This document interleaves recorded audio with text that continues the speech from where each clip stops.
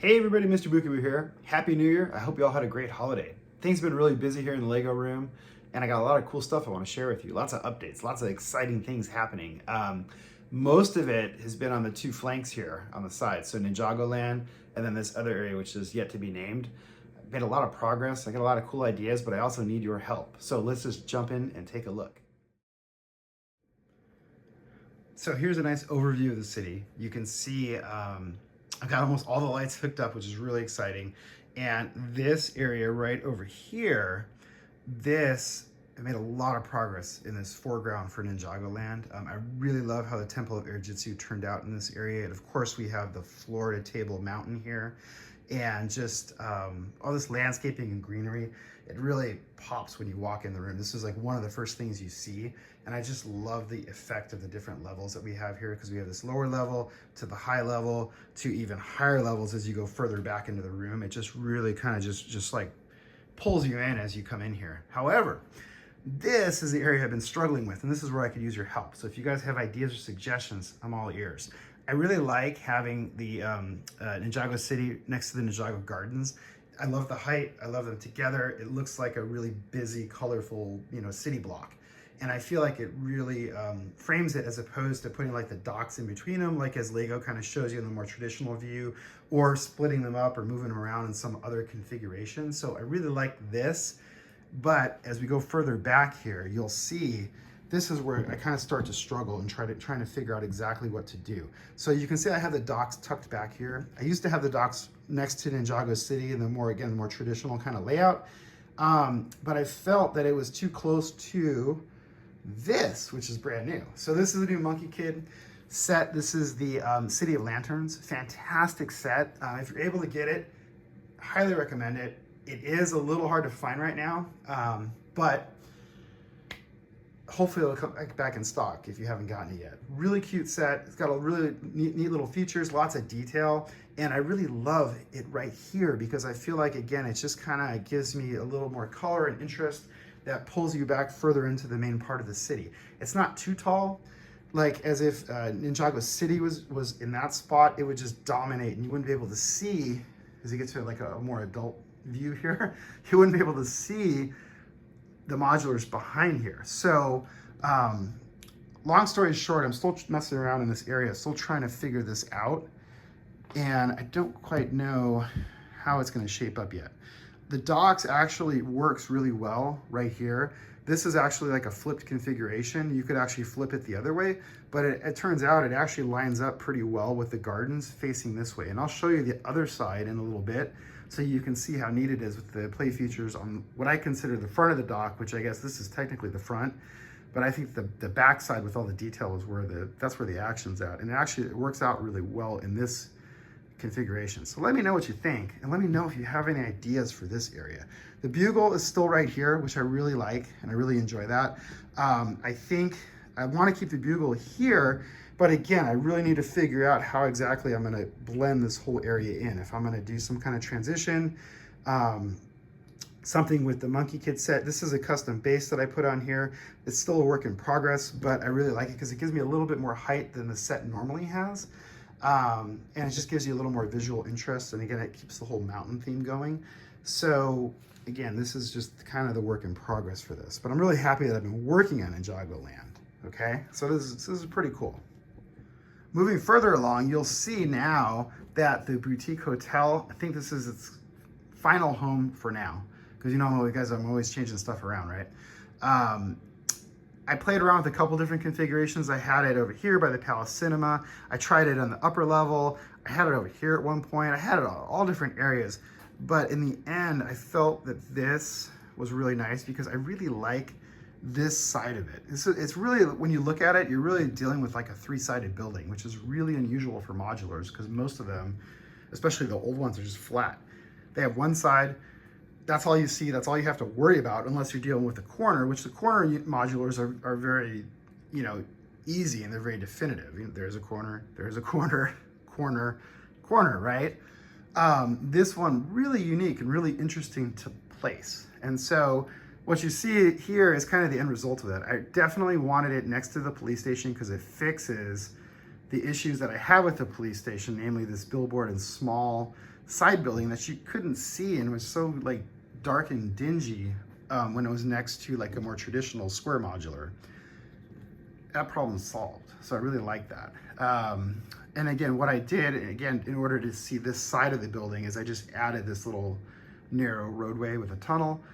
You know, I lost a half a modular space, but I think the end result is worth it because it makes some more visual interest. I still have to landscape here, but I'm gonna landscape in here, finish this off, and then it also opens up the upper level, which you see here, which is still a kind of a work in progress. I'm still trying to figure out where exactly, how these are gonna be configured. Several of you have told me that town hall should be more centered. So I'm actually gonna try that as soon as I can, probably hopefully later today or later this week.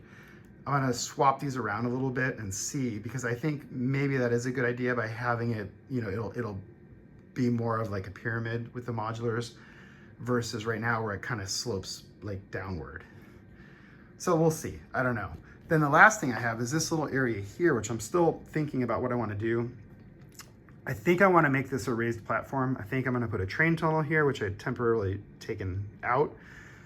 And this will give me space. If I only go with, as it is right now, like about 16 wide, I could do some MOCs in there. I could do some smaller buildings.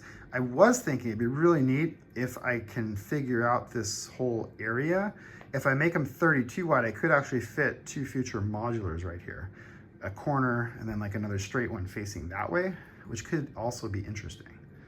I don't know. I'm out of modular space again all of a sudden. I had a modular room, and then when I did this, all of a sudden I lost some space. I do have, over here I have, this is my old police station, which at some point I'll probably disassemble. So I do have space for another modular, you know, next year. I have a whole year to worry about it, but you know how MrBookieboo is, he likes to plan ahead. And so sometimes he plans way ahead. I'm planning like 2 or 3 years out and I'm already worried about the next, you know, 2 or 3 modulars. I do have some room back in here too to mess around and reconfigure things, but overall, happy with it for now. This is pretty cool, yeah? This little area I've been working on, I added some tunnels. I finished them off, you know, kind of added a little more detail. I still have to add some more detail. This upper area, this is gonna be like a small promenade. It's not gonna be a roadway. The roadway will probably end at Ghostbusters so that Ecto 1 can get out. It'll probably like maybe go this way or go back that way, but it's not gonna come forward because there's nowhere for the road to go. So it's just gonna be like maybe a fountain and some like vendor booths or something like that. And then of course, as we move over this way, you can see this this area, really happy with it, really happy with this kind of like old town kind of feel with these older buildings. The facades need some work. Really interesting, I'll show you. So if you look to the wall now, they're not even truly facades. I have about like 16 studs of depth now to deal with because I have the train track that runs back there. You can see it peeking out in the bottom there. So what I would like to do eventually, it's on the list of things to do, is I'm actually gonna build these out bigger and make them deeper and add more detail. So they're actually gonna be more, I don't know what you wanna call it, but like a more detailed facade. So I can make the hospital bigger, add more detail to the inside, just kind of flesh it out a little bit. There'll be another facade back here. You know, so this is all on the list of things to do, and I'll probably add one more here, which brings us to this area, which lots of work in here, lots of landscaping. I'm really happy with how this turned out. Of course, this was my solution to the no corners with the new roads. I made my own corner. It works out, it's pretty cool. And with the trees and the landscape, you don't even really see it. So it really kind of blends in pretty well. And then of course you can see this whole area here is pretty much finished off. I really like how that turned out. It really worked well. Instead of just having the walls come, you know, to a point, I decided, well, why not just do some kind of weird like rock face type thing? And I'm really happy with the end result of that.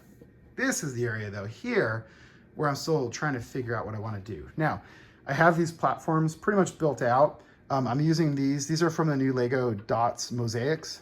These are fantastic. They're like Technic brick plate things.